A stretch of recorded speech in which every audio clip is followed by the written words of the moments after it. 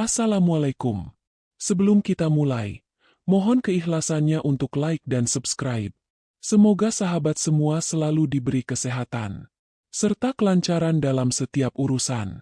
Jangan lupa juga untuk absen di kolom komentar. Tuliskan dari kota mana sahabat mendengarkan. Sekarang, mari kita mulai ceritanya. Aku tidak pernah membayangkan hidup bisa runtuh hanya dalam satu malam. Tidak ada suara ledakan. Tidak ada gempa. Yang ada hanya ketukan keras di pintu rumah. Disusul kalimat yang membuat darahku dingin. Bu Larissa, mohon ikut kami. Aku berdiri terpaku di ruang tamu dengan tangan masih memegang gelas teh yang belum sempat kuminum. Arga, suamiku, baru saja pulang. Ia berdiri di belakang dua pria berseragam. Wajahnya tampak tegang, tapi terlalu rapi untuk disebut panik. Ada apa ini? Suaraku bergetar, tapi aku memaksa terdengar tegas. Salah satu petugas mengeluarkan map coklat. Ada laporan dugaan penggelapan dan perampasan aset. Nama ibu disebut sebagai terlapor utama. Kata-kata itu seperti menampar. Aku, penggelapan? Perampasan aset? Aku bahkan tidak pernah memegang buku kas perusahaan Arga secara langsung. Aku hanya mengurus rumah. Sesekali membantu menandatangani dokumen yang katanya administrasi biasa. Aku menoleh pada Arga. Ini apa maksudnya? Arga tidak langsung menjawab. Ia menatapku dengan mata yang sulit kubaca. Ada sesuatu di sana yang bukan kaget, bukan marah, melainkan jarak. Larissa, ikut saja dulu. Katanya akhirnya, pelan, biar cepat jelas. Nada suaranya terdengar seperti menenangkan. Tapi di telingaku, itu seperti dorongan halus menuju jurang. Arga, panggilku. Suaraku pecah. Kamu tahu aku tidak pernah. Sayang, potongnya cepat. Jangan bikin ribut. Ini prosedur. Prosedur. Kata itu mematikan semua pembelaan. Seolah hidupku hanya urusan berkas dan stempel. Aku melihat ke arah kamar. Aku ingin mengambil ponsel, dompet, atau setidaknya jaket. Tapi petugas sudah berdiri lebih dekat. Ibu boleh bawa barang seperlunya, kata petugas lain. Aku berjalan ke kamar dengan langkah gemetar. Di dalam, aku meraih ponsel dari meja rias. Tapi saat aku hendak memasukkannya ke tas kecil, petugas itu berkata, "Ponsel ikut kami amankan dulu." Aku menatapnya, tidak percaya. Kenapa? Untuk kebutuhan pemeriksaan. Aku ingin berteriak, tapi tenggorokanku seperti terkunci. Aku menoleh pada Arga, berharap ia berkata sesuatu. Namun Arga hanya berdiri di ambang pintu, diam, wajahnya seperti topeng. Aku keluar rumah dengan tangan kosong, hanya membawa kartu identitas dan jaket tipis. Tetangga di seberang rumah membuka pintu sedikit, mengintip. Aku melihat mata mereka. Mata yang biasanya ramah, kini penuh tanya. Dan lebih menyakitkan, penuh prasangka. Dalam mobil patroli, aku duduk di kursi belakang. Kaca jendela gelap. Aku hanya bisa melihat pantulan wajahku sendiri, pucat dan kacau. Di luar, lampu-lampu jalan berlalu seperti kilatan nasib yang tidak bisa kutahan. Aku bisa telepon pengacara? Tanyaku. Mencoba tenang. Nanti di kantor. Jawab petugas singkat. Aku menggigit bibir. Aku menahan tangis. Aku tidak boleh runtuh sekarang. Tapi bagaimana caranya tetap kuat jika orang yang seharusnya memegang tanganku justru berdiri diam membiarkan ini terjadi? Sampai di kantor. Pemeriksaan berjalan cepat. Terlalu cepat. Seolah semua sudah disiapkan. Namaku sudah tertulis rapi di lembar berita acara. Tuduhan sudah tersusun. Bahkan daftar barang yang disita, tercantum. Rekening atas namaku, sertifikat rumah, beberapa dokumen perusahaan. Aku menatap kertas itu. Ini tidak masuk akal. Petugas hanya berkata, "Ibu bisa jelaskan nanti di pengadilan." Aku ingin muntah mendengar kata, "pengadilan," dihubungkan dengan namaku. Ketika malam semakin larut, aku dipindahkan, bukan ke rumah, bukan ke tempat aman, tapi ke sebuah ruangan yang pintunya tebal dan berbau lembab. Lapas. Aku berjalan melewati lorong panjang. Diapit dua petugas. Suara kunci beradu. Suara pintu besi dibuka dan ditutup. Setiap bunyi itu seperti menegaskan, kebebasanku dicabut. Di depan sel, seorang sipir bertubuh besar menatapku. Wajahnya keras, tapi matanya tidak sepenuhnya dingin. Ia melihat berkas, lalu melihat wajahku. "Larissa?" tanyanya, memastikan. Aku mengangguk. "Iya."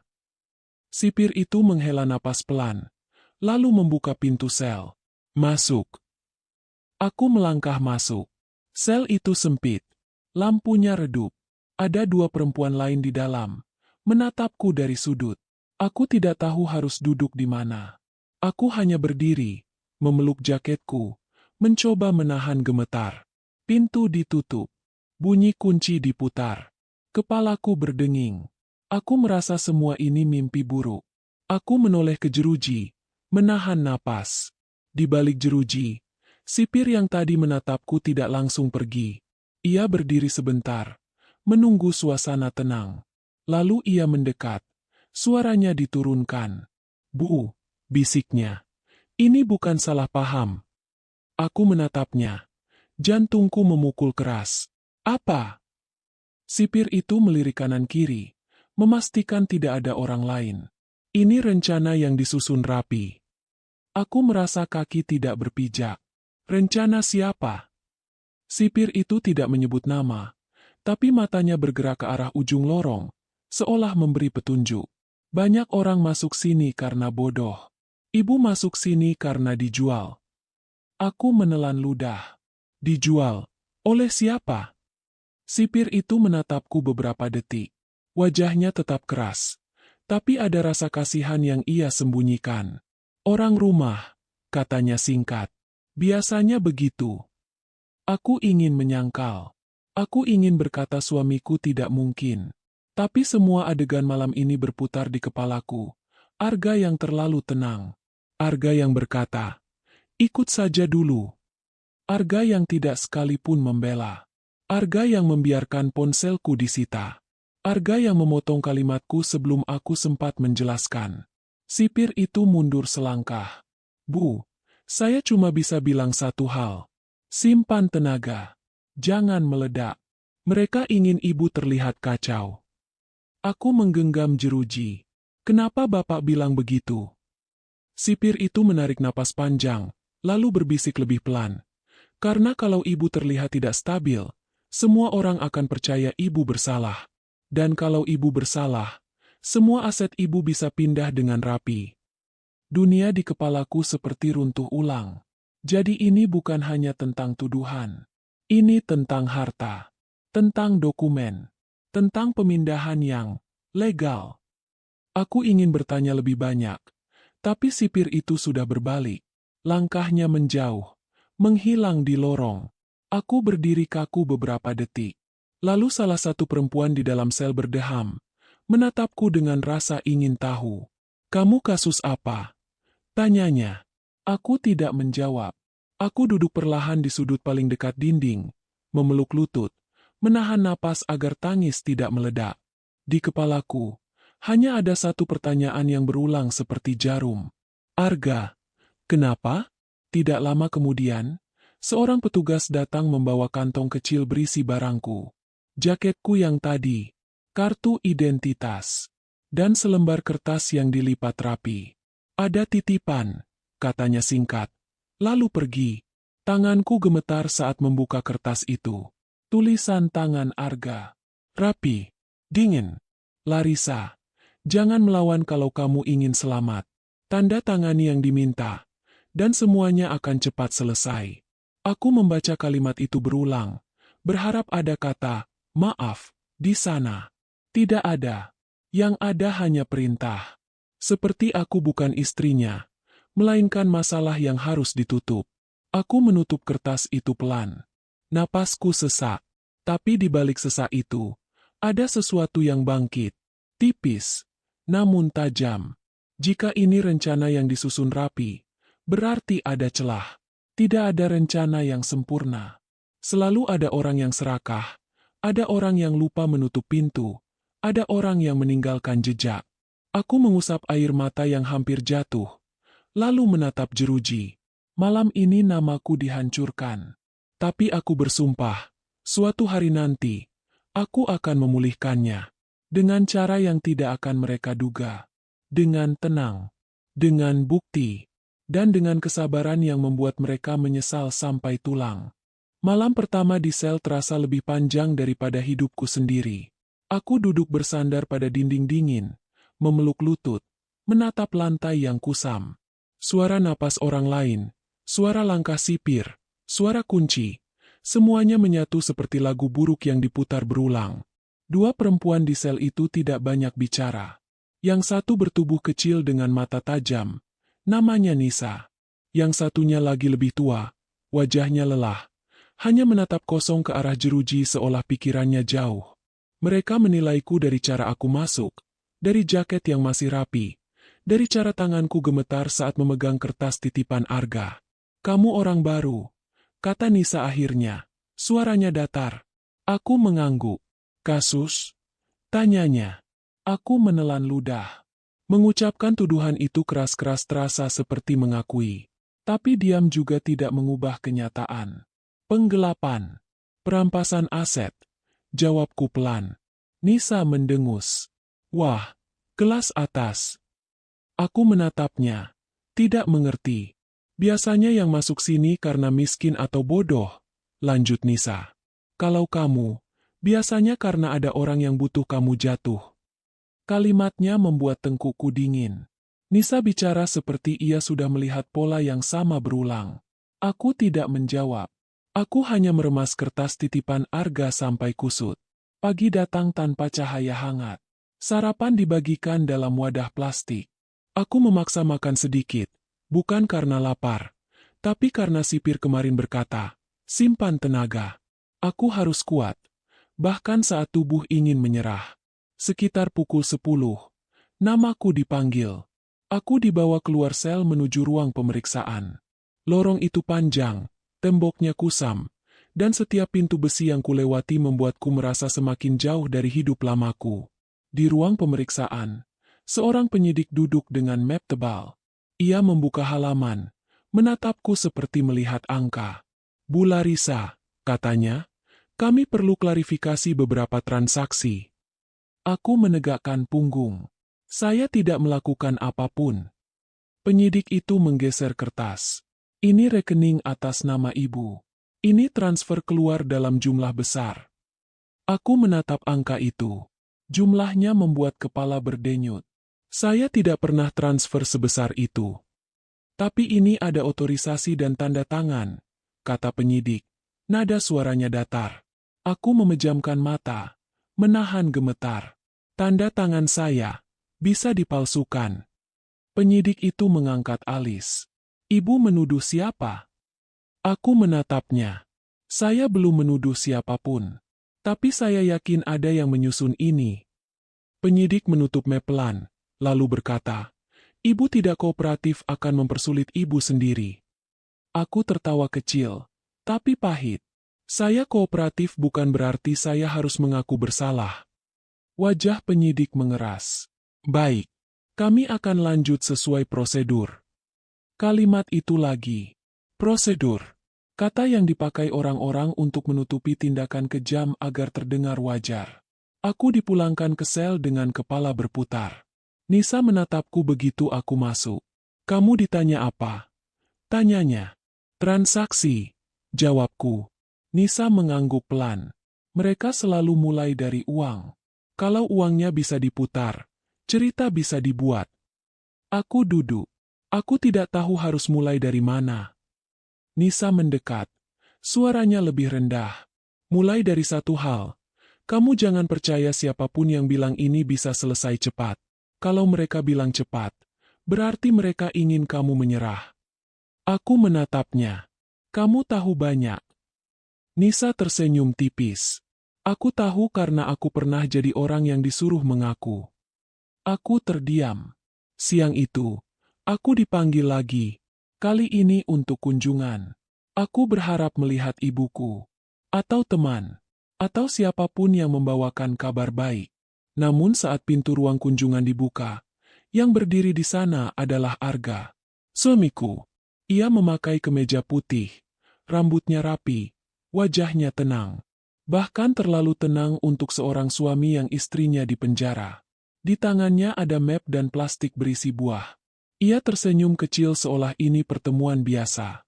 Sayang, katanya, lembut. Aku mematung beberapa detik sebelum duduk. Tanganku otomatis ingin meraih tangannya, tapi aku menahan.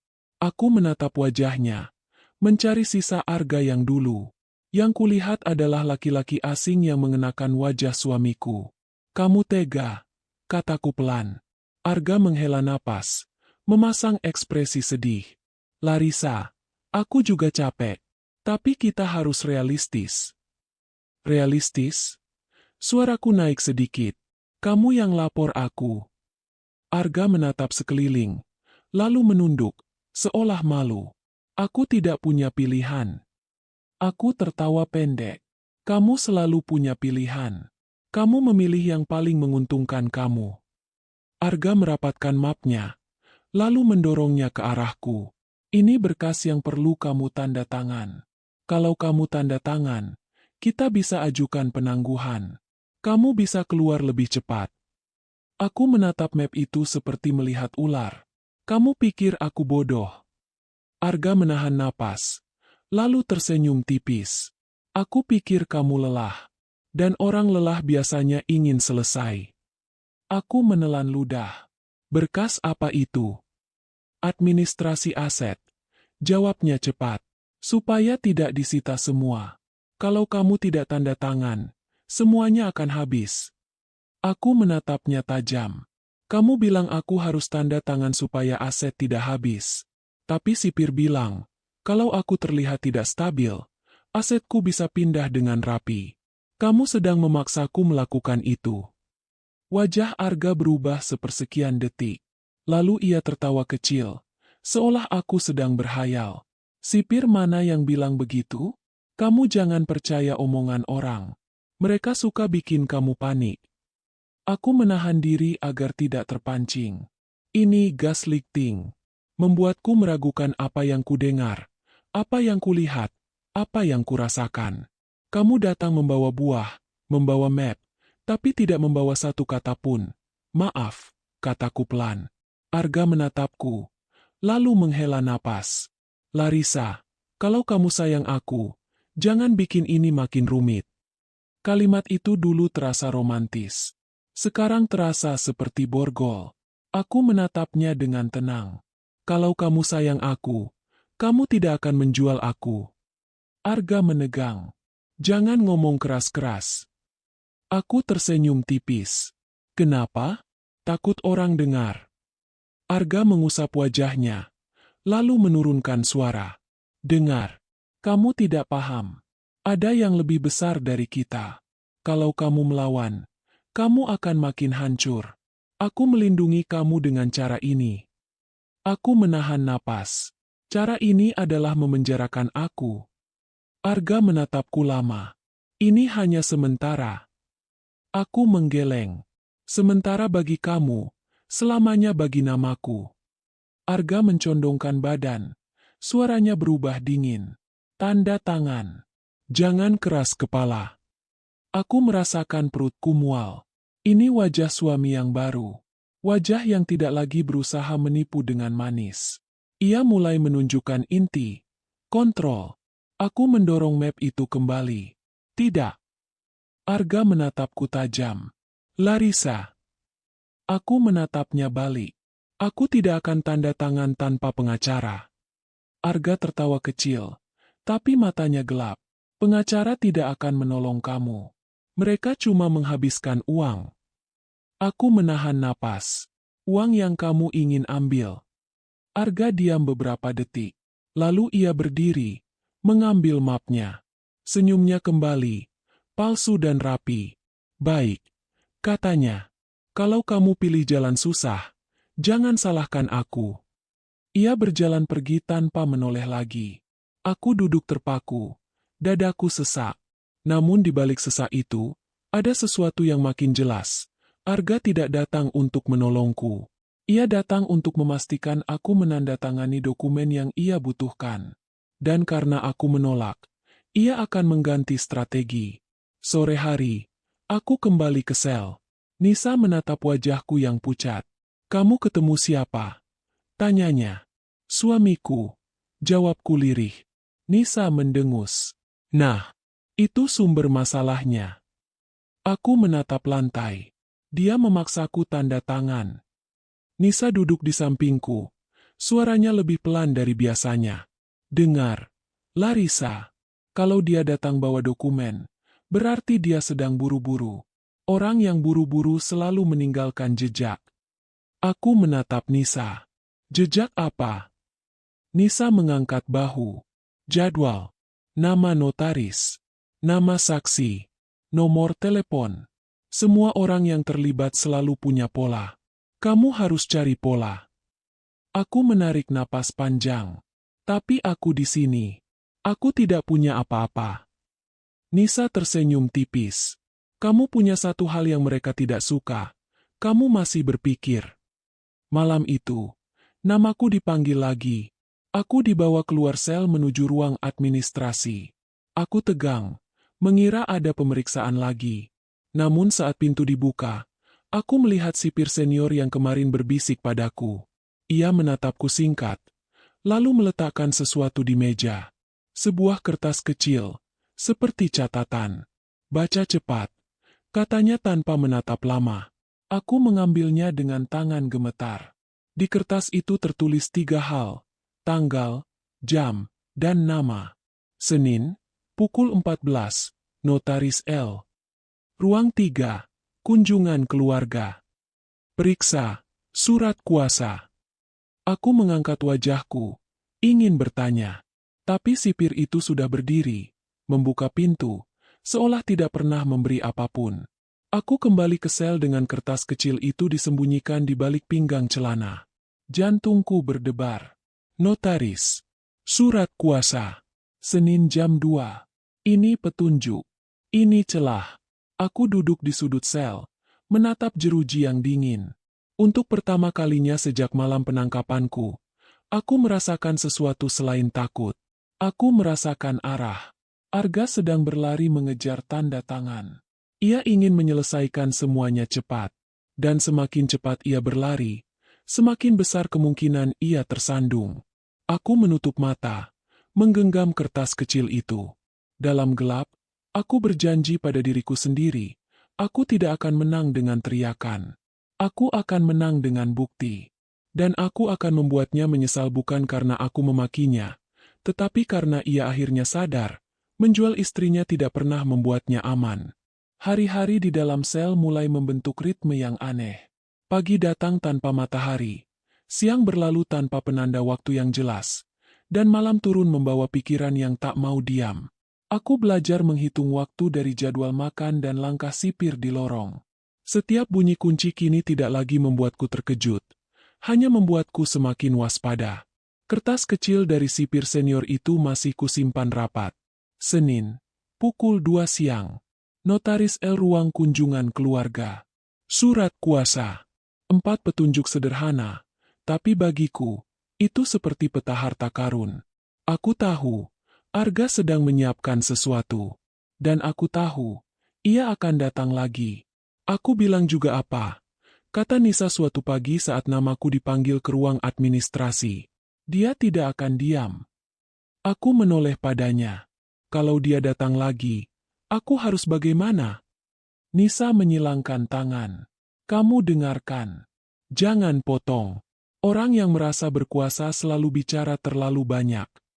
Aku mengangguk. Aku tidak boleh terpancing. Aku harus membuatnya lupa bahwa setiap kata bisa menjadi senjata. Senin datang lebih cepat dari yang kuduga. Pukul 2 kurang 15. Namaku dipanggil. Jantungku berdetak keras. Tapi langkahku mantap. Aku memasuki ruang kunjungan keluarga yang sama seperti sebelumnya. Kursinya dingin, mejanya bersih, dan kaca pembatas membuat suara terasa jauh. Arga sudah duduk di sana. Ia tampak lebih rapi dari biasanya. Jas tipis, jam tangan mahal, dan map hitam di depannya. Wajahnya tersenyum, Tapi aku bisa melihat ketegangan di rahangnya.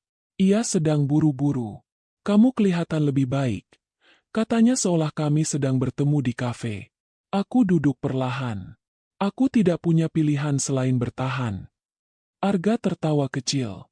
Aku selalu bilang kamu kuat. Aku menatapnya tanpa emosi. Kuat karena dipaksa. Arga menghela napas, lalu mendorong map ke arahku. Kita tidak punya banyak waktu. Ini surat kuasa. Dengan ini, aku bisa mengurus semuanya tanpa kamu harus repot. Aku menahan diri agar tidak langsung bereaksi. Mengurus apa? Pengacara, aset, rekening. Jawabnya cepat. Kalau kamu tetap keras kepala, jaksa akan makin curiga. Ini demi kebaikanmu. Aku menunduk, membaca judul dokumen itu. Kata-katanya resmi, bahasanya halus. Tapi aku tahu di balik kalimat rapi itu ada satu tujuan, memindahkan kendali. Kenapa harus notarisel? Tanyaku pelan. Arga berkedip. Karena dia yang paling cepat. Cepat untuk siapa? Tanyaku lagi. Arga tersenyum, tapi sorot matanya mengeras. Larissa, jangan bermain kata. Kita keluarga. Aku mengangguk pelan, pura-pura goyah. Kalau aku tanda tangan ini, aku bisa keluar. Lebih cepat, jawabnya tanpa ragu. Terlalu cepat, terlalu yakin. Aku menghela napas panjang, lalu berkata lirih. Aku takut. Arga langsung mencondongkan badan. Takut itu wajar. Makanya aku ada. Aku mengangkat wajahku, menatapnya. Kamu janji, ini tidak akan merugikanku. Arga mengangguk cepat. Aku bersumpah. Aku hampir tertawa mendengar kata itu. Bersumpah. Kata yang ia gunakan saat melamarku dulu. Aku menggeser map itu sedikit lebih dekat, tapi tidak menyentuhnya. Aku mau baca pelan-pelan. Arga terlihat tidak sabar. Waktunya tidak banyak. Aku menatapnya. Suara tetap lembut. Kalau ini demi aku, kamu bisa tunggu. Beberapa detik berlalu. Aku bisa melihat pikirannya bekerja. Akhirnya Arga mengangguk. Baik, tapi jangan lama-lama. Aku membaca setiap halaman dengan saksama. Aku tidak mencari istilah hukum. Aku mencari pola. Nama notaris. Tanggal. Nomor dokumen. Semua itu kusimpan di kepala. Di halaman terakhir, kolom tanda tangan masih kosong. Aku tidak bisa tanda tangan sekarang, kataku akhirnya. Wajah Arga menegang. Kenapa? Aku mau salinan dulu. Dan aku mau pengacara. Jawabku tenang. Arga tertawa pendek. Sinis. Pengacara tidak akan mengubah apa-apa. Mungkin, kataku. Tapi setidaknya aku tahu apa yang kutandatangani. Arga berdiri mendadak. Kamu membuat ini sulit.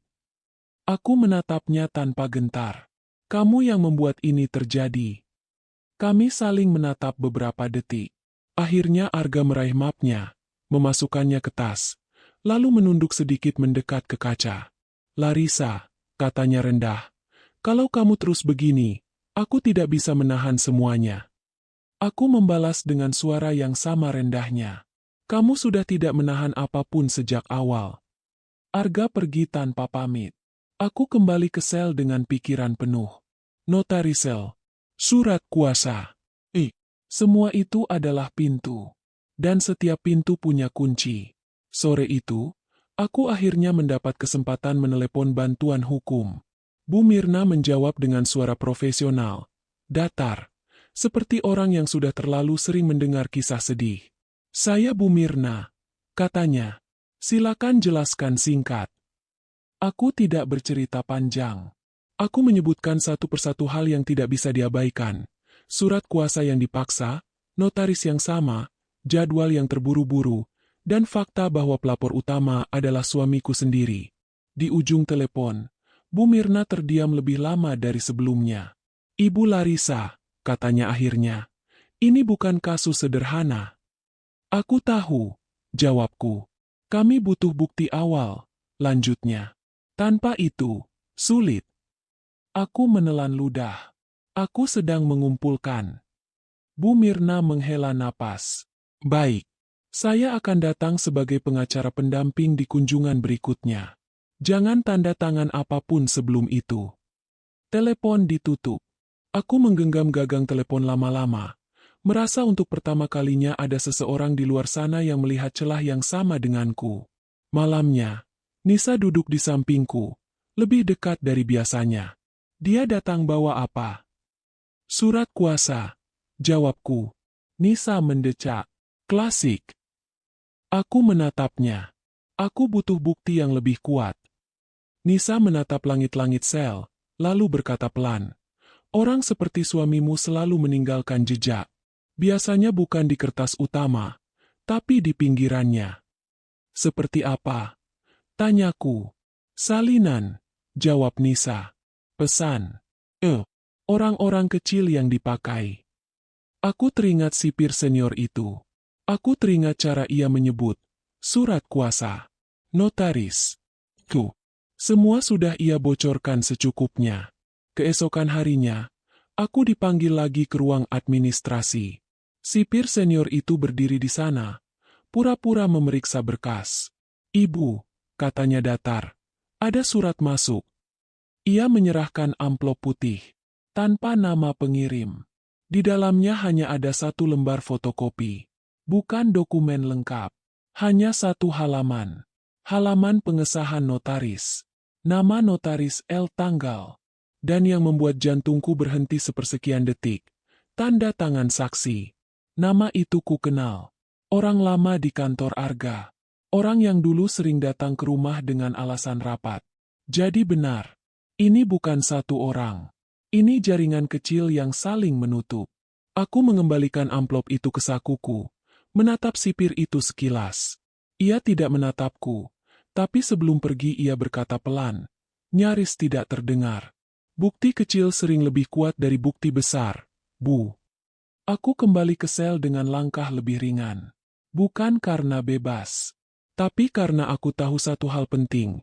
Rencana mereka tidak sesempurna yang mereka kira. Ada orang yang bocor. Ada kertas yang tertinggal. Ada saksi yang namanya tercetak terlalu jelas. Aku duduk, memejamkan mata, dan membayangkan Arga di luar sana, berlari dari satu meja ke meja lain, merasa waktunya menipis. Untuk pertama kalinya sejak aku dijebloskan ke balik jeruji, aku tersenyum kecil. Karena aku tahu, kunci pertama sudah ada di tanganku. Dan bukti yang sudah tercetak, tidak bisa dibakar begitu saja. Kunjungan keluarga berikutnya terasa berbeda sejak namaku dipanggil. Ada jeda aneh sebelum pintu ruang kunjungan dibuka. Seolah seseorang ingin memastikan aku siap menerima apapun yang akan masuk.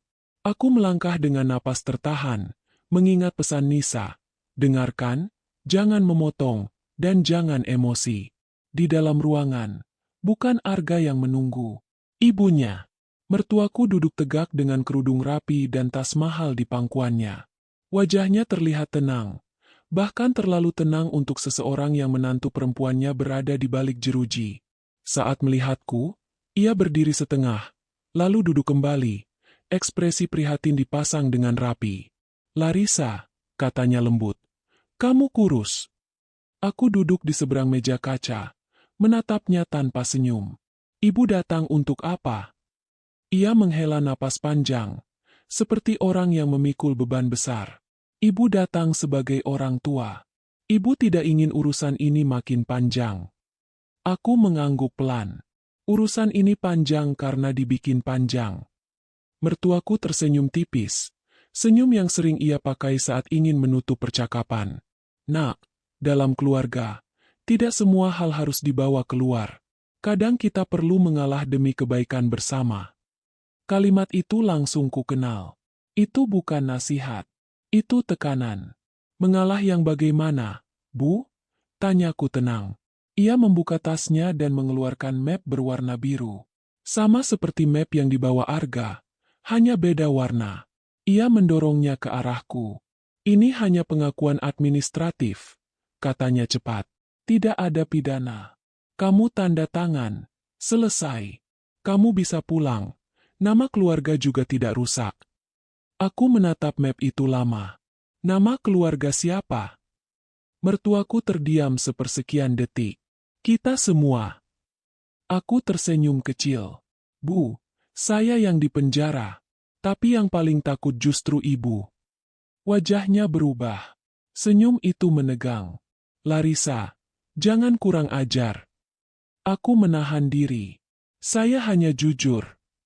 Ia mencondongkan badan. Suaranya diturunkan. Ibu tahu kamu marah. Tapi kamu harus realistis. Arga itu kepala keluarga. Kalau dia jatuh, semua ikut jatuh. Aku mengangguk. Termasuk saya. Mertuaku menggeleng. Kamu bisa diselamatkan. Asal kamu nurut. Kata nurut terdengar seperti palu. Aku menatapnya lurus. Bu, sejak kapan keadilan diukur dari kepatuhan?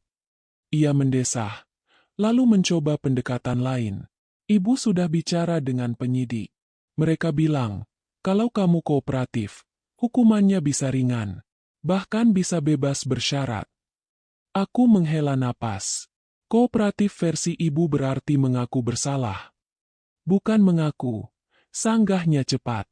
Mengambil tanggung jawab. Aku menahan tawa pahit. Tanggung jawab atas kejahatan yang tidak saya lakukan. Mertuaku menatap sekeliling, lalu berkata lebih keras. Larissa, dengar. Perempuan itu harus tahu tempatnya. Jangan melawan suami. Kalimat itu membuat dadaku panas. Namun aku menelan marah itu dalam-dalam. Ini bukan saatnya meledak. Apa ibu juga mengajarkan Arga untuk tidak melindungi istrinya? Tanyaku pelan. Wajah mertua memerah. Arga melindungi keluarga. Dengan menjual saya, tanyaku. Hening jatuh di ruangan itu. Aku bisa mendengar detak jam dinding di luar. Mertuaku mengusap wajahnya, lalu berkata lirih. Ibu sudah tua. Ibu tidak mau malu. Aku mengangguk. Saya juga tidak mau hancur. Ia berdiri tiba-tiba. Emosinya bocor. Kamu pikir kamu sendirian yang menderita? Ibu dihujat tetangga. Nama Arga dicemarkan. Semua gara-gara kamu keras kepala. Aku berdiri perlahan. Bu, nama Arga dicemarkan karena perbuatannya sendiri. Mertuaku terdiam. Matanya menatapku lama. Lalu beralih ke map biru di meja. Ia tahu, aku tidak akan menyentuhnya. Kamu akan menyesal, katanya akhirnya. Dingin. Aku membalas tatapannya. Saya sudah menyesal menikah. Ia pergi tanpa menoleh. Pintu ruang kunjungan ditutup keras. Aku kembali ke sel dengan langkah berat. Tetapi pikiranku jernih. Tekanan keluarga bukan sekadar emosi. Itu bagian dari strategi. Mereka mencoba membuatku merasa sendirian. Membuatku memilih damai dengan mengorbankan kebenaran. Di sel, Nisa langsung tahu dari wajahku. Mertua? Tanyanya. Aku mengangguk. Bawa map juga. Nisa tertawa pendek. Kalau keluarga sudah turun tangan, berarti mereka panik. Aku menatapnya. Kenapa? Karena biasanya yang maju duluan itu suami, jawab Nisa. Kalau ibu turun, berarti waktunya sempit. Malam itu, aku dipanggil lagi. Aku tegang, mengira ada tekanan lanjutan. Namun yang menunggu di ruang administrasi adalah Bu Mirna, pengacaraku. Ia berdiri dengan setelan sederhana, map coklat di tangan. Saat melihatku, ia mengangguk singkat, profesional. Saya sudah resmi mendampingi Ibu Larissa, katanya pada petugas. Aku hampir menangis melihatnya. Bukan karena lemah, tapi karena akhirnya ada orang yang berdiri di sisiku secara terbuka. Bu Mirna duduk bersamaku di ruang kecil itu. Saya dengar keluarga datang menekan. Aku mengangguk. Mereka ingin saya tanda tangan pengakuan. Bu Mirna menghela napas. Itu taktik lama. Kita tidak akan lakukan itu. Aku menatapnya. Apa peluang saya? Bu Mirna membuka mapnya. Kita mulai dari satu hal penting. Ada indikasi tanda tangan ibu dipakai di dokumen pengalihan. Itu pemalsuan. Dadaku berdegup. Saya memang tidak pernah tanda tangan itu. Bu Mirna mengangguk, dan kami menemukan kejanggalan lain. Dokumen itu dilegalisasi oleh notaris yang sama, dengan saksi yang berulang. Aku teringat fotokopi halaman notaris yang diberikan sipir. Notaris sel. Bu Mirna mengangguk. Betul. Itu yang membuat ini menarik. Aku menarik napas panjang. Apa artinya? Artinya ini pola, kata Bu Mirna. Dan pola bisa dibongkar. Ia mencondongkan badan. Saya butuh ibu ingat satu hal. Setiap orang yang menekan ibu hari ini, sedang membantu kita. Karena tekanan itu membuktikan ada kepentingan besar. Aku mengangguk, merasakan kekuatan kecil tumbuh di dadaku. Sebelum pergi, Bu Mirna berkata pelan. Dan satu lagi, ada saksi internal yang mulai goyah. Aku menatapnya. Siapa? Bu Mirna tersenyum tipis. Belum bisa saya sebut. Tapi orang itu takut. Ketika aku kembali ke sel, aku duduk lama menatap jeruji. Di balik dingin besi itu, aku akhirnya melihat bentuk rencana yang utuh. Arga menekan lewat hukum. Mertuanya menekan lewat keluarga. Semuanya bergerak serentak. Namun mereka lupa satu hal. Tekanan yang terlalu kuat justru meninggalkan jejak. Dan jejak-jejak itu kini mengarah pada satu kesimpulan yang tidak bisa mereka tutupi lagi. Aku tidak lagi sendirian. Dan panggung keluarga yang mereka pakai untuk menekanku akan menjadi panggung pertama tempat topeng mereka jatuh. Sejak Bu Mirna resmi menjadi pendampingku, udara di dalam lapas terasa sedikit berubah. Sel tetap sempit, jeruji tetap dingin, dan suara kunci tetap menggigit telinga. Namun ada satu hal yang berbeda. Aku tidak lagi hanya bertahan. Aku mulai menyusun. Aku menempelkan satu aturan di kepalaku, seperti mantra yang harus kuingat setiap hari. Jangan meledak, jangan memohon, jangan terlihat kacau. Mereka ingin aku hancur secara emosi agar cerita yang mereka buat tampak benar. Jadi aku tidak akan memberi mereka tontonan itu. Hari itu Bu Mirna datang lagi membawa kabar yang membuat dadaku berdebar. Bukan karena takut, melainkan karena arah. Kita akan ajukan permohonan pemeriksaan ulang dokumen, katanya, menatapku dengan serius. Tapi kita butuh satu hal, bukti kamu ditekan untuk tanda tangan. Aku mengangguk pelan. Arga dan ibunya datang membawa map. Kalimat persisnya apa? Tanya Bu Mirna. Aku menutup mata sebentar, mengingat suara Arga yang dingin, suara mertua yang menekan. Aku mengulang pelan, setepat mungkin, karena aku tahu, satu kata yang salah bisa mengubah makna. Arga bilang, kalau aku sayang dia, aku jangan bikin rumit. Lalu dia bilang, tanda tangan supaya cepat selesai. Dan dia bilang, kalau aku melawan, dia tidak bisa menahan semuanya. Bu Mirna mencatat. Bagus. Itu sudah cukup untuk membangun dugaan pemaksaan. Tapi akan lebih kuat jika ada rekaman atau saksi. Aku menatap dinding, berpikir keras. Di lapas, kesempatan merekam sangat kecil. Tapi bukan berarti tidak ada. Bu Mirna mencondongkan badan. Larissa, kamu siap melakukan langkah yang lebih berisiko? Aku menelan ludah. Selama itu aman dan legal. Bu Mirna mengangguk. Kita tidak akan melanggar hukum. Kita akan membiarkan mereka melanggar. Lalu kita ambil buktinya. Kalimat itu membuat jantungku berdetak lebih cepat. Balas dendam elegan. Tidak dengan teriakan. Tidak dengan balas memfitnah. Tapi dengan membiarkan keserakahan mereka membuka pintu. Malamnya, aku duduk dengan Nisa di sudut sel. Ia menatapku seperti biasa. Mata tajam, seolah bisa membaca isi kepala. Kamu ada rencana, katanya. Aku mengangguk. Nisa tersenyum tipis. Jangan bilang ke siapapun di sini, kecuali kamu yakin.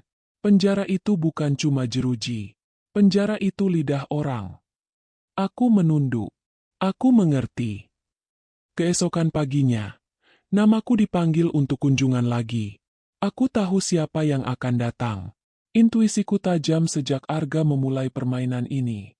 Ia akan datang lagi membawa dokumen, karena ia sedang kejar waktu. Dan benar. Di ruang kunjungan, Arga duduk menungguku. Kali ini ia datang sendiri, tanpa buah, tanpa basa-basi. Map hitamnya lebih tebal. Wajahnya seperti orang yang sudah kehilangan kesabaran.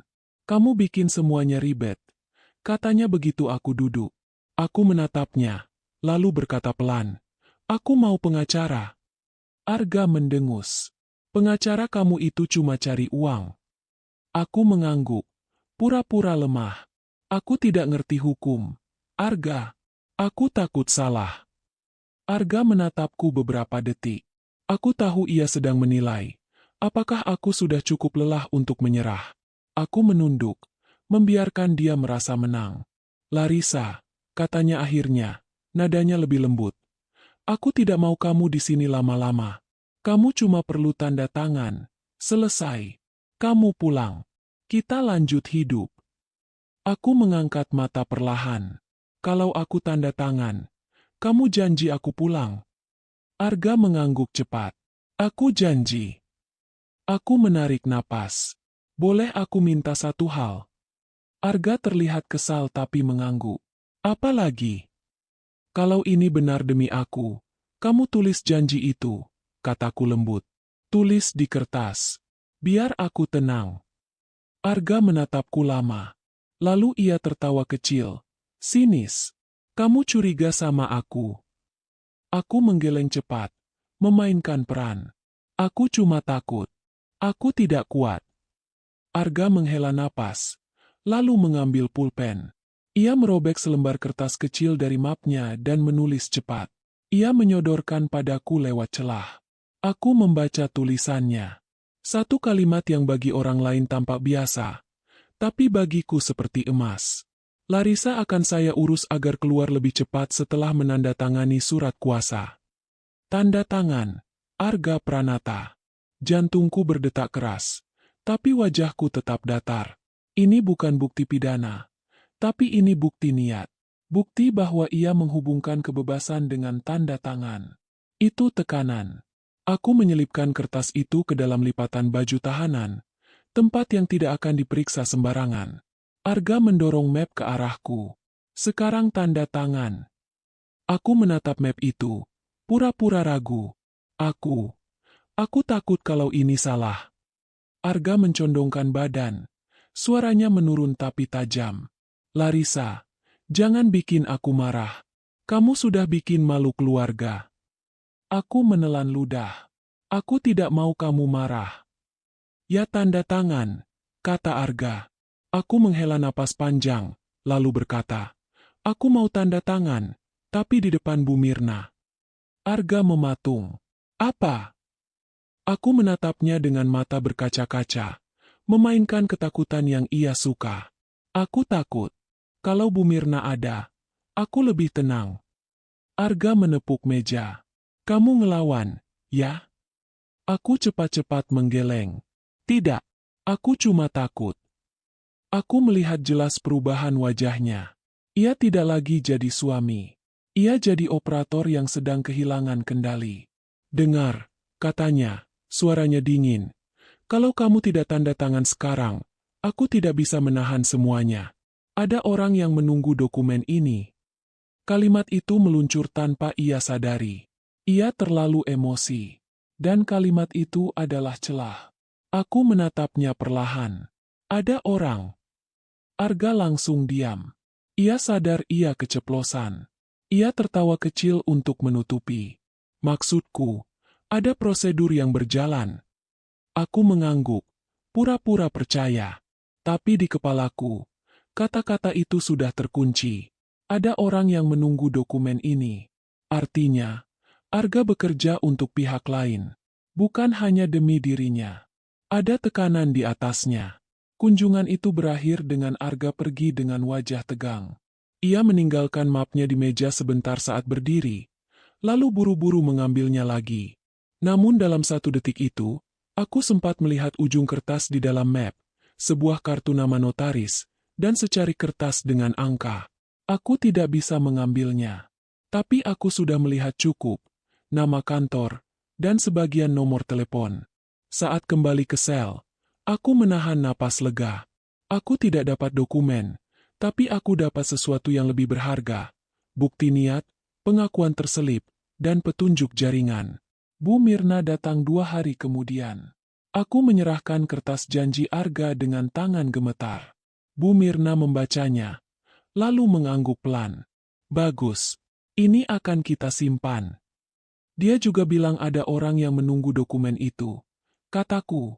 Bu Mirna menatapku tajam. Itu penting. Aku menunduk. Aku tidak punya rekaman. Tidak apa, kata Bu Mirna. Kamu punya pola. Dan pola bisa dipaksa keluar. Ia menutup mapnya. Sekarang kita lakukan langkah berikutnya. Kita minta pemeriksaan tanda tangan. Kita minta audit transaksi. Dan kita dorong saksi internal itu untuk bicara. Aku menelan ludah. Saksi itu siapa? Bu Mirna tersenyum tipis. Orang yang selama ini mengurus kertas-kertas Arga. Orang yang mulai takut karena Arga makin brutal. Aku terdiam, lalu mengangguk. Aku mengerti. Kaki tangan selalu jadi titik lemah. Karena mereka sering tidak dibayar dengan cukup untuk setia sampai akhir. Malam itu, aku duduk sendiri, menatap langit-langit sel. Aku memikirkan Arga. Memikirkan betapa mudah ia menyebutku beban. Betapa cepat ia mengubah cinta menjadi transaksi. Aku tidak menangis. Air mata seperti sudah habis di malam pertama. Yang tersisa sekarang adalah ketegasan yang dingin, tapi jernih. Balas dendamku tidak akan berupa menghancurkan rumah atau berteriak di depan keluarga. Balas dendamku akan berupa mengembalikan semua pada tempatnya. Yang bersalah dihukum, yang memfitnah terbuka, dan yang berpura-pura suci kehilangan topengnya. Aku meraba kertas janji Arga yang sudah disimpan aman. Satu kertas kecil, tapi cukup untuk menjadi awal. Karena mulai titik ini, aku tidak lagi sekadar tahanan yang menunggu keputusan orang lain. Aku adalah perempuan yang sedang menyusun jalannya sendiri. Dengan tenang, dengan rapi, dengan elegan. Perubahan tidak datang seperti keajaiban. Ia datang seperti retakan kecil di kaca. Awalnya hampir tak terlihat, lalu makin lama makin melebar, sampai akhirnya pecah. Seminggu setelah Bu Mirna mengajukan pemeriksaan ulang, aku mulai merasakan suasana lapas lebih hidup. Petugas lebih sering memanggil namaku. Berkas-berkasku mondar-mandir. Ada rapat kecil yang biasanya tidak terjadi untuk tahanan seperti aku. Dan yang paling terasa, tekanan dari keluarga Arga tiba-tiba menurun. Bukan karena mereka luluh, tapi karena mereka takut. Hari itu Bu Mirna datang dengan wajah serius. Ia duduk, membuka map tebal, lalu berkata pelan. Larissa, kita sudah dapat hasil awal. Aku menelan ludah. Apa? Bu Mirna menggeser satu lembar kertas. Tanda tangan di dokumen pengalihan tidak identik dengan tanda tangan kamu. Ada indikasi kuat pemalsuan. Aku menutup mulut. Dadaku seperti bergetar dari dalam. Rasanya seperti udara pertama setelah lama tenggelam. Artinya, suaraku pecah. Artinya, dokumen yang mereka pakai untuk menguatkan tuduhan bisa kita patahkan. Jawab Bu Mirna tegas. Dan bukan hanya itu. Ia membuka lembar lain. Ada grafik, ada angka, ada catatan transaksi. Rangga menemukan arus uang yang janggal. Uang perusahaan Arga keluar masuk ke rekening-rekening yang tidak relevan. Ada transfer berulang, jumlahnya besar, dan polanya sama. Aku menatap angka itu. Pusing. Dia mencuci uang. Bu Mirna mengangguk pelan. Setidaknya ada dugaan penggelapan. Dan dugaan itu lebih kuat daripada tuduhan ke kamu. Aku terdiam. Jadi benar. Aku dijadikan kambing hitam. Namaku dipakai sebagai perisai. Bu Mirna mencondongkan badan. Tapi kamu harus siap. Kalau posisi Arga terpojok, dia akan menyerang balik. Aku mengangguk. Dia sudah menyerang sejak awal. Sekarang serangannya akan lebih kasar, kata Bu Mirna. Biasanya mereka pakai narasi psikologis. Aku teringat kata sipir senior. Mereka ingin aku terlihat kacau. Aku menarik napas panjang. Aku akan tetap tenang. Bu Mirna mengangguk. Bagus. Karena kalau kamu tetap tenang, mereka kehilangan bahan. Beberapa hari setelah itu, aku dipanggil untuk sidang penahanan. Aku dibawa ke ruang sidang dengan tangan dingin, bukan karena takut, tapi karena aku tahu, inilah titik di mana mereka akan mencoba mempermalukanku. Di ruang sidang, aku melihat Arga untuk pertama kalinya sejak kunjungan terakhir. Ia duduk di bangku belakang bersama ibunya. Wajahnya rapi, tetapi matanya tidak tenang. Ia terus menatap ponselnya, seperti menunggu kabar. Saat aku masuk, mertua menatapku dengan tatapan yang dulu membuatku kecil. Namun kali ini, tatapan itu tidak lagi punya kuasa. Bu Mirna berdiri, memperkenalkan diri, lalu menyampaikan permohonan, peninjauan penahanan, pemeriksaan forensik tanda tangan, dan permintaan audit transaksi sebagai bukti bahwa ada upaya pengalihan kesalahan. Jaksa menanggapi dengan tegas. Tersangka Larissa berpotensi menghilangkan barang bukti dan tidak kooperatif. Aku ingin tertawa. Barang bukti apa yang bisa kuhapus dari dalam sel? Bu Mirna menatap jaksa. Suaranya stabil. Yang tidak kooperatif adalah pihak yang memaksa tanda tangan dan memalsukan dokumen. Ruangan jadi hening. Mertua Arga bergerak gelisah. Arga menatap Bu Mirna dengan mata menyala. Hakim meminta bukti awal. Bu Mirna menyerahkan hasil indikasi pemalsuan tanda tangan. Lalu ia menambahkan catatan penting. Surat tulisan tangan Arga yang mengaitkan, keluar lebih cepat, dengan tanda tangan surat kuasa. Hakim membaca, lalu menatap Arga. Saudara Arga, kata Hakim, apakah ini tulisan Anda? Arga berdiri, menahan napas. Itu hanya bentuk dukungan suami. Bu Mirna langsung menyela, halus namun tajam. Dukungan biasanya tidak bersyarat. Yang mulia, ini bersyarat. Aku menahan diri agar tidak tersenyum. Elegan, tidak menyerang dengan emosi, tapi dengan logika. Jaksa mencoba menyerang balik. Yang mulia, tersangka Larissa memiliki riwayat emosi tidak stabil, sering panik, dan mudah terpengaruh. Ada saksi yang melihat ia bertindak impulsif. Aku menegang, tapi aku menahan. Inilah yang Bu Mirna prediksi. Narasi psikologis. Bu Mirna menatap jaksa dengan tenang. Kami minta saksi dihadirkan. Jaksa tampak terkejut. Biasanya, orang takut menghadirkan saksi karena bisa berantakan. Tetapi Bu Mirna justru memaksa, karena ia yakin saksi itu rapuh. Hakim mengetuk palu kecil. Saksi akan dipertimbangkan. Sementara itu, hasil forensik tanda tangan akan menunggu pemeriksaan lebih lanjut. Sidang ditunda. Saat aku berjalan keluar, aku sempat melihat Arga menatapku. Untuk pertama kalinya, aku tidak melihat superioritas di matanya. Aku melihat ketakutan. Di lorong, Bu Mirna berjalan di sampingku. Kita sudah membuat retakan, katanya pelan. Sekarang tunggu pecahnya. Kembali ke lapas. Aku mendapat kabar dari sipir senior. Ia datang ke depan sel, pura-pura memeriksa daftar, lalu berbisik cepat. Orang yang kamu cari, mulai goyah. Aku menatapnya. Saksi internal. Sipir itu mengangguk tipis. Dia ketakutan. Banyak telepon masuk ke kantor. Arga marah-marah. Aku menarik napas panjang. Jadi benar. Ketika orang licin mulai panik, ia akan menyakiti orang-orang kecil di sekelilingnya. Dan orang-orang kecil itulah yang akhirnya bicara. Malam itu, Nisa duduk di sampingku. Suaranya pelan. Aku dengar namamu disebut-sebut sama petugas. Kamu ada perkembangan.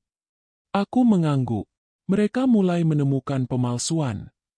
Nisa tersenyum tipis. Bagus.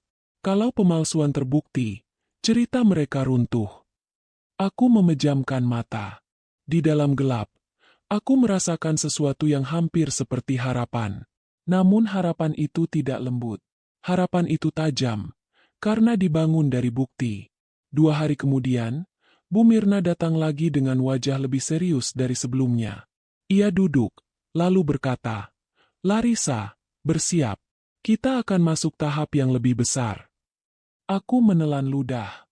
Apa? Bu Mirna membuka ponselnya, menunjukkan satu rekaman suara. Ini saksi internal. Aku menatap layar. Dia ngomong apa? Bu Mirna menekan tombol putar. Suara seorang pria terdengar. Gemetar. Pak Arga suruh saya siapkan dokumen. Dia bilang, tanda tangan Bu Larissa tinggal, diurus. Saya tidak tahu caranya. Tapi saya lihat ada orang notaris yang datang malam-malam. Pak Arga marah kalau saya tanya. Aku menutup mulut. Air mata hampir jatuh. Bukan karena sedih. Tapi karena akhirnya ada orang di luar yang mengucapkan yang aku tahu. Bu Mirna mematikan rekaman. Kita akan ajukan ini sebagai bukti tambahan. Sekarang Arga akan semakin terpojok.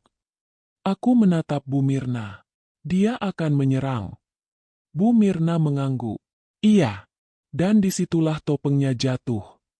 Sore hari, aku dipanggil untuk menerima surat. Aku membukanya dengan tangan gemetar. Bukan surat pengadilan. Surat dari Arga. Tulisannya rapi. Tapi kalimatnya tidak lagi manis. Larissa, kamu sudah keterlaluan. Kalau kamu terus begini, aku akan pastikan semua orang percaya kamu gila. Aku punya cara. Kamu tahu aku bisa. Aku membaca surat itu berulang. Dulu ancaman semacam itu akan membuatku hancur. Namun sekarang, surat itu terasa seperti hadiah. Karena ancaman tertulis adalah bukti. Dan bukti itu datang langsung dari tangan Arga sendiri. Aku menyelipkan surat itu ke map Bu Mirna saat ia datang berikutnya. Bu Mirna membaca, lalu mengangguk pelan. Ini memperkuat dugaan intimidasi. Aku menatap jeruji, lalu berkata lirih. Dia tidak sadar, ya. Semakin dia panik, semakin dia membongkar dirinya sendiri. Bu Mirna tersenyum tipis. Orang yang merasa aman itu rapi. Orang yang ketakutan itu ceroboh. Malam itu, aku duduk di sudut sel, memeluk lutut. Aku mendengar hujan di luar, menampar atap seperti ketukan waktu. Aku memikirkan Arga yang dulu. Aku memikirkan bagaimana ia pernah berjanji melindungiku. Dan kini, ia menuliskan ancaman agar aku tampak gila. Aneh. Aku tidak lagi terluka seperti sebelumnya. Aku hanya merasa muak. Karena aku akhirnya melihat Arga apa adanya. Bukan pria yang kuat, melainkan pria yang takut kehilangan kendali. Dan ketika kendalinya retak, ia memilih menghancurkan orang lain. Namun kali ini, aku tidak akan hancur. Aku akan berdiri, dengan bukti yang rapi, dan membiarkan dunia melihat topengnya runtuh di depan publik. Hari itu udara terasa berbeda sejak pagi. Tidak lebih hangat, tidak lebih cerah, tetapi lebih ringan. Seolah beban yang selama ini menekan dadaku perlahan diangkat. Meski aku masih berada di balik jeruji, aku bangun dengan perasaan tenang yang asing, perasaan yang tidak datang dari harapan kosong, melainkan dari keyakinan bahwa kebenaran sudah menemukan jalannya. Bu Mirna datang lebih pagi dari biasanya. Wajahnya tenang, tapi sorot matanya tajam dan fokus. Ia duduk di hadapanku dan berkata pelan, seolah tidak ingin merusak momen. Larissa, hari ini semuanya bergerak. Aku menelan ludah. Sidang. Iya, jawabnya singkat. Dan kali ini, bukan kamu yang akan disorot. Perjalanan menuju ruang sidang terasa lambat, namun langkahku mantap. Aku tidak lagi menunduk. Aku berjalan tegak, meski borgol masih melingkar di pergelangan tanganku. Di dalam ruangan, suasana lebih penuh dari biasanya. Ada wartawan. Ada beberapa orang yang wajahnya asing. Dan di bangku belakang, aku melihat Arga. Ia duduk dengan jas abu-abu, rambut rapi, namun wajahnya pucat. Matanya tidak lagi sibuk dengan ponsel. Ia menatap lurus ke depan. Rahangnya mengeras. Ibunya duduk di sampingnya. Tangan saling menggenggam gelisah. Untuk pertama kalinya, mereka terlihat seperti orang yang tidak memegang kendali. Sidang dibuka. Bu Mirna berdiri dengan tenang, menyampaikan seluruh rangkaian bukti yang selama ini dikumpulkan dengan sabar. Hasil forensik tanda tangan. Pola transaksi keuangan. Rekaman saksi internal. Surat ancaman tertulis dari Arga.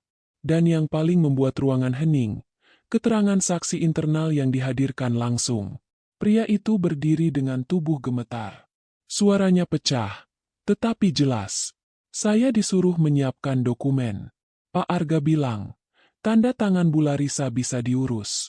Saya takut, tapi saya ikut. Saya menyesal. Setiap kata itu seperti palu yang memukul dinding kebohongan yang dibangun rapi selama berbulan-bulan.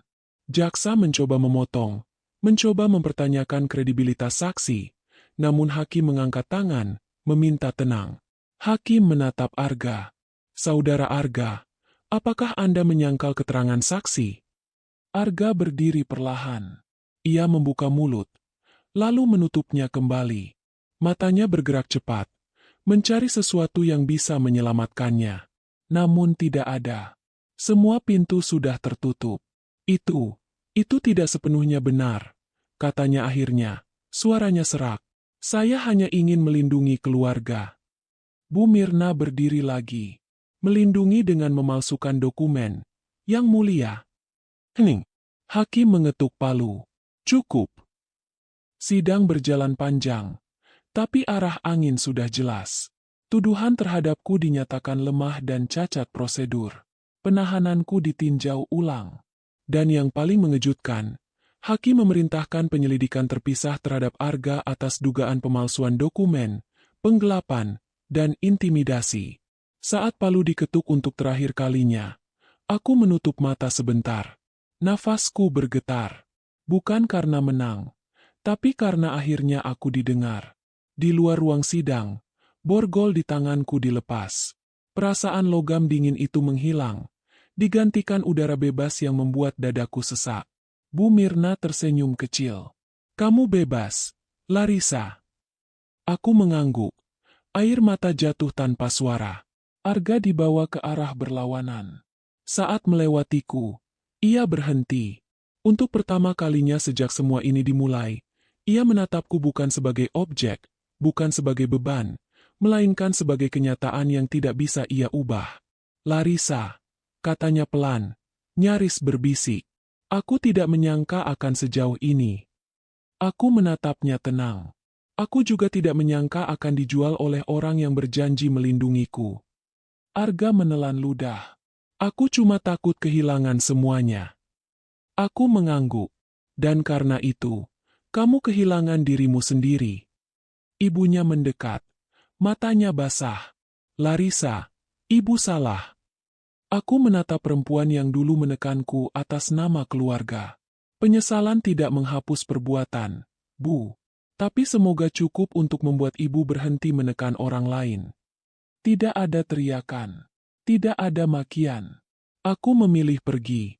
Balas dendamku bukan mempermalukan mereka di depan umum, melainkan membiarkan mereka hidup dengan akibat perbuatan sendiri. Beberapa hari kemudian, aku resmi dinyatakan tidak bersalah. Namaku dipulihkan. Aset-aset yang dibekukan dikembalikan. Proses hukum terhadap Arga berjalan, dan media mulai memberitakan kasusnya. Pria terhormat itu kini disebut sebagai tersangka. Aku berdiri di depan rumah yang lama tidak kutinggali. Pintu terbuka.